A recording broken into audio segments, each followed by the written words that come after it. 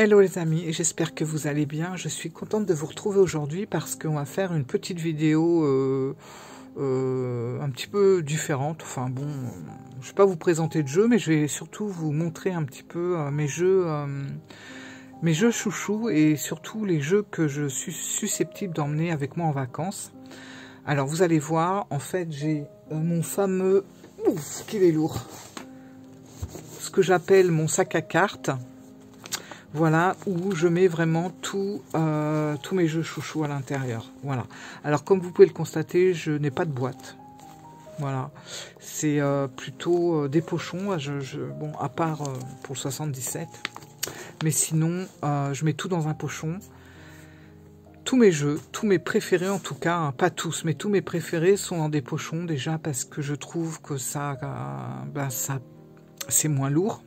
Parce que déjà là, franchement, ça fait plusieurs kilos. Donc c'est déjà pas mal lourd. Et puis je trouve ça plus joli et plus agréable en fait. Et plus personnel aussi d'avoir mes jeux préférés dans des petits pochons que j'ai choisis minutieusement pour chaque jeu, etc. Voilà. Donc je vais vous présenter tout ce que j'ai dans mon sac à cartes.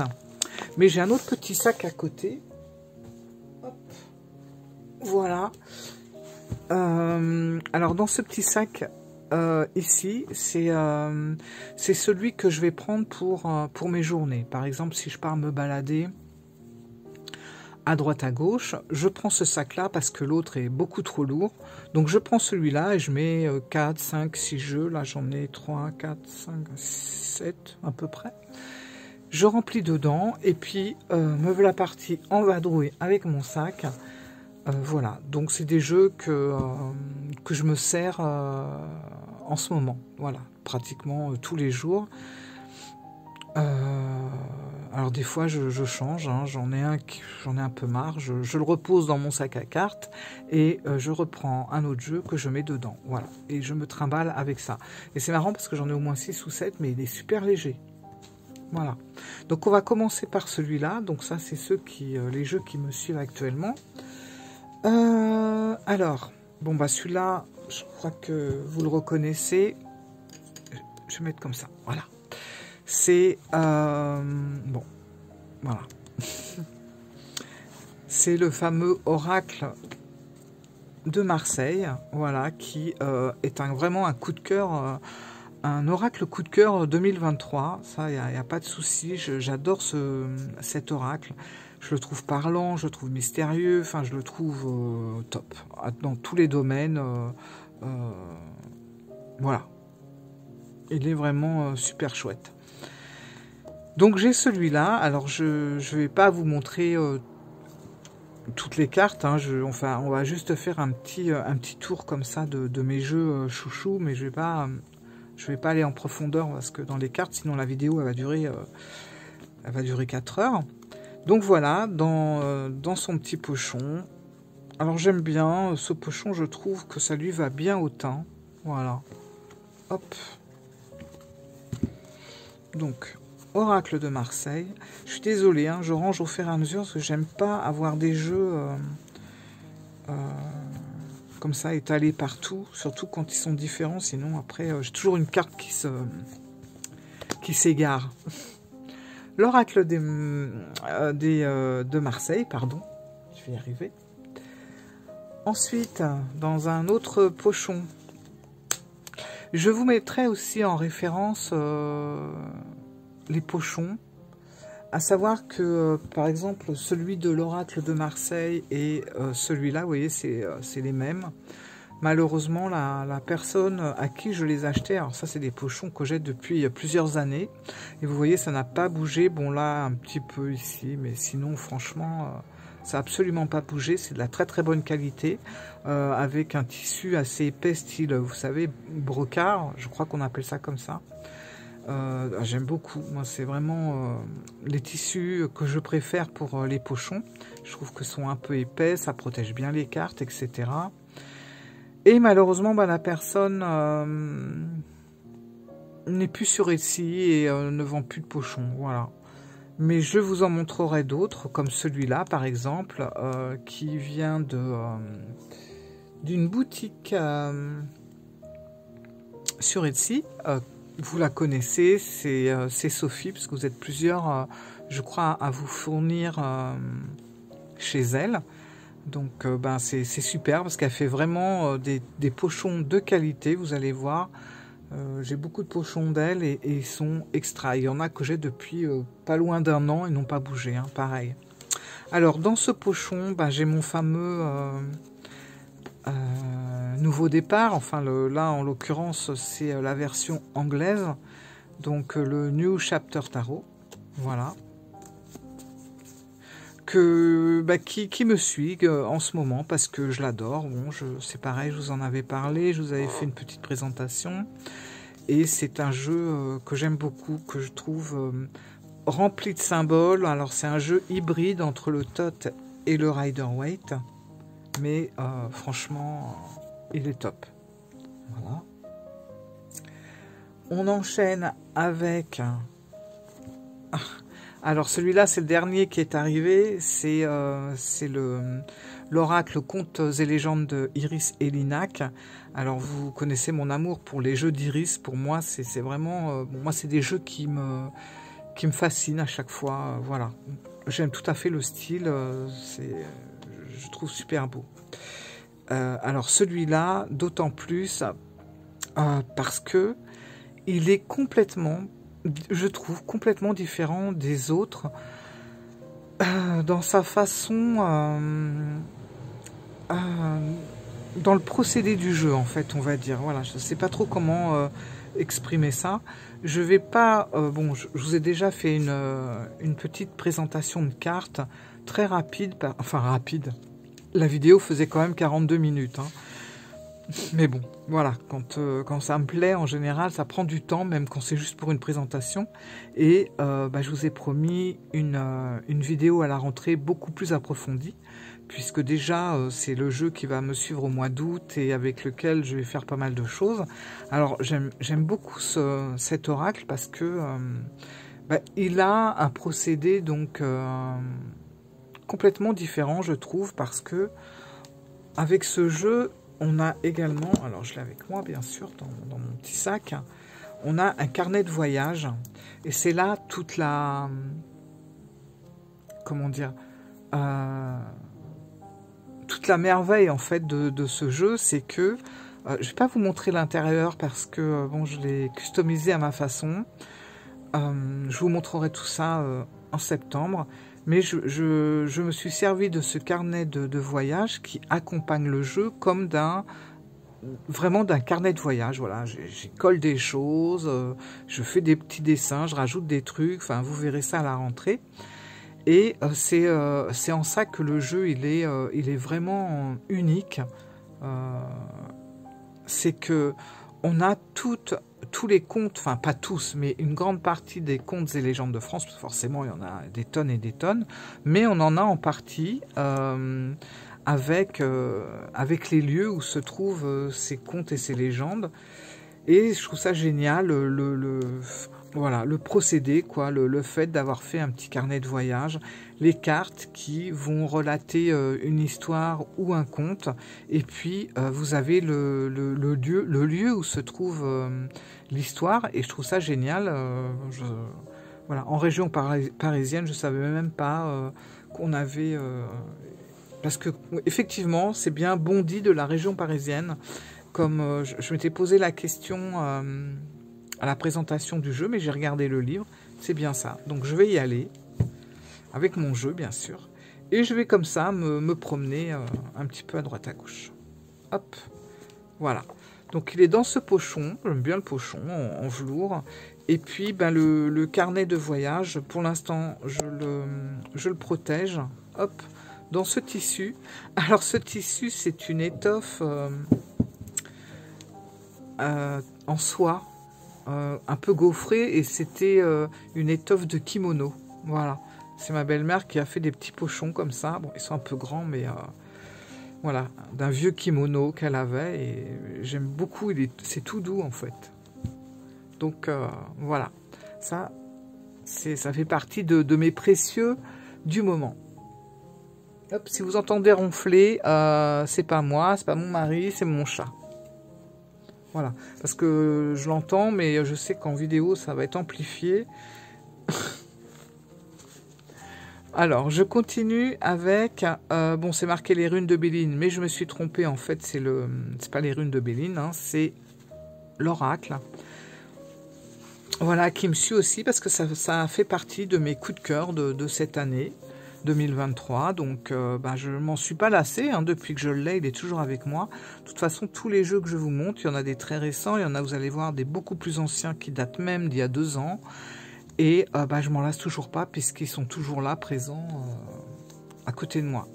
Donc le Béline de Johan, que j'aime beaucoup. J'avoue que j'ai laissé un petit peu tomber le Béline original pour celui-là. Parce que je trouve qu'il lui ressemble énormément, sauf que les cartes sont plus grandes. Donc on profite un peu plus des illustrations. Mais les illustrations sont super proches de l'original et c'est ça que j'aime beaucoup. Donc celui-là, il me suit quotidiennement. Voilà. Hop. Et puis, il en reste encore. Alors, dans celui-là, hop, voilà, j'ai l'oracle du Muséum de Manufacture des Merveilles. Alors, c'est vrai que celui-là, je l'avais mis un petit peu de côté et je l'ai ressorti. Parce que c'est vrai que ça fait à plusieurs reprises, je vais me promener au jardin des plantes et le comte Buffon avait ses entrées dans ce jardin, puisque le comte Buffon, c'était un... Enfin, il était vraiment dans... Attendez, parce que j'ai tout noté, mais bon, moi, pour retenir, c'est autre chose.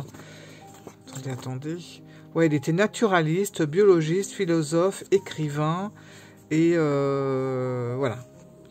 Il avait des théories scientifiques qui étaient basées sur l'étude d'histoire naturelle, histoire de la Terre, et forcément, on a une statue à son effigie au Jardin des Plantes. Il y a une rue à son nom. Je vous avais fait un petit encadré sur ma story d'Insta. Et puis comme ces derniers temps, je vais me balader pas mal dans ce coin-là, voilà, je l'emmène et puis je vais souvent regarder les plantes au jardin des plantes. Et je l'emmène parce que forcément, il a toute sa place en ce moment. Voilà. Et pour terminer dans ce sac, ah non, il y en a 2. Ah oui, il y en a 2 parce que j'aurais dû vous montrer avant. J'ai pris le Malpertuis le Normand. Voilà. Alors lui, il n'a pas de pochon parce qu'il est trop petit. Et j'aime pas non plus quand les cartes nagent dans les pochons. Voilà. Et j'ai repris celui-là. Alors je l'aime beaucoup. De toute façon, tous les jeux de chez Malpertuis, c'est des jeux... J'aime beaucoup l'atmosphère que les jeux dégagent.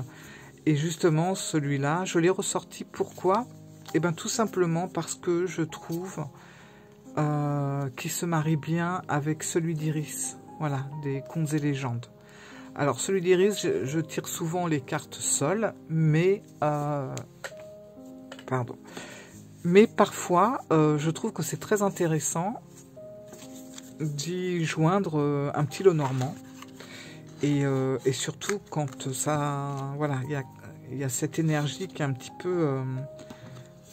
peu semblable. Bon, alors là, je vais me prendre la tête, je le sens. J'aime pas ces boîtes, franchement. Bon. Voilà, donc celui-là, c'est le petit Lenormand qui me suit. Celui-là, je vous l'ai montré. Non, pas encore. Je sais plus. Attendez. Ah ben non, forcément. Celui-là, c'est pareil, il est arrivé il y a 2 semaines, donc c'est assez récent. Et... je m'en sers, donc c'est l'oracle Zaimer, des frères Zaimer, donc forcément, il me suit. Bon, je vais vous le montrer quand même, je vais vous montrer 2-3 cartes. Il est super ce jeu, franchement, j'aime tout dans ce jeu, et j'aime bien les angles droits comme ça. Voilà, ça lui rajoute encore plus de... Enfin, un côté rétro encore plus poussé, je trouve. Il est très mystérieux, il y a des très très belles cartes. Et puis voilà. Et puis bon, ben moi j'ai un de mes tarots chouchou qui est le Triomphi della Luna. Donc il est avec moi. Il a encore sa boîte, celui-là. Voilà, je ne vais pas encore enlever sa boîte, mais bon. Donc, il est voilà, dans les fameux pochons qu'on trouve plus. Alors, ça c'est tout ce qui... Ah non, attendez, il y en a encore un. Ouais. Il me suit tellement celui-là que il est sur mon bureau, carrément. Donc, il est dans ce pochon. C'est mes pochons préférés. Et regardez comme ça lui va bien en plus de ça. Donc, on a des petites dorures. Et puis, vous voyez, pour ce jeu... Tout est en doré aussi, donc ça lui va très très bien. J'essaie toujours de choisir quand même mes pochons en fonction des jeux, qui est un petit truc, voilà. Et celui-là, bon, celui-là c'est mon dernier tarot, donc le Pavlov, enfin j'appelle le Pavlov, mais c'est, attendez, je vous donne le nom. Alors c'est Fyodor Pavlov, bon, je l'appelle Pavlov, voilà. C'est plus simple. Et j'adore ce jeu. J'adore ce tarot. Je le trouve tellement facile, tellement clair, tellement parlant. Des photos, enfin, des illustrations. J'ai pas fait de présentation encore de ce jeu, mais je vous en réserve une, bien sûr, parce que pour moi, c'est un jeu magique. Regardez son dos. Un dos qui fait penser à un autre que je vous ai présenté il y a pas très longtemps, qui est le Stretch Tarot. Voilà, je trouve que ça ressemble, hein, on est avec un fond bleu, des étoiles et tout, mais ce jeu est d'une délicatesse, d'une finesse, d'une beauté, enfin bref, voilà. Donc lui, forcément, il me suit et je m'en sers tous les jours, puisque je fais mes tirages avec pour le moment, voilà. Donc il est dans ce pochon très épais qui le protège, voilà, et ça fait partie de mes précieux, comme on dit. Alors je vais remettre tout dans le sac, et mine de rien, ce petit sac il contient quand même pas mal. Avant j'y mettais des feutres dans ce sac et puis c'était nul. Je me suis dit voilà ça... Alors ça ferme pas, mais bon, c'est pas grave. Hop.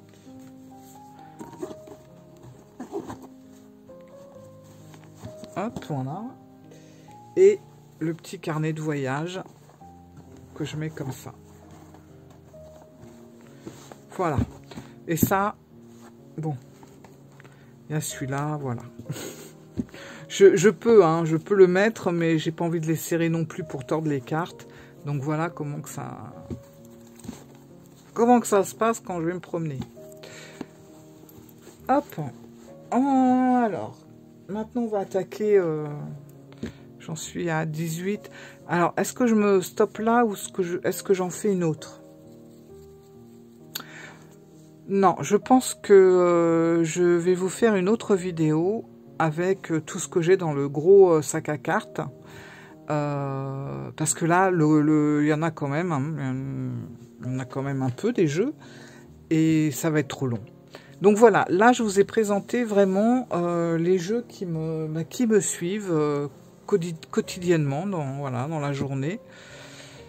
Depuis facilement 2 semaines, hein, j'ai pratiquement pas changé depuis 2 semaines. Ce sont toujours les mêmes. J'ai celui-là aussi, mais bon, je vais vous le montrer quand même, allez. Ça c'est pareil, ça fait partie de mes chouchous de toute façon. Alors, j'adore, ça fait longtemps que je l'ai lu, ça va faire 3 ans. C'est le Golden Tarot de Kate Black. Et voilà. Alors celui-là, c'est... ça fait même plus que ça fait peut-être 4 ans que j'ai ce jeu. Je m'en suis pas mal servi. Ce jeu n'a pas bougé. Alors bon, vous avez vu, il est brillant.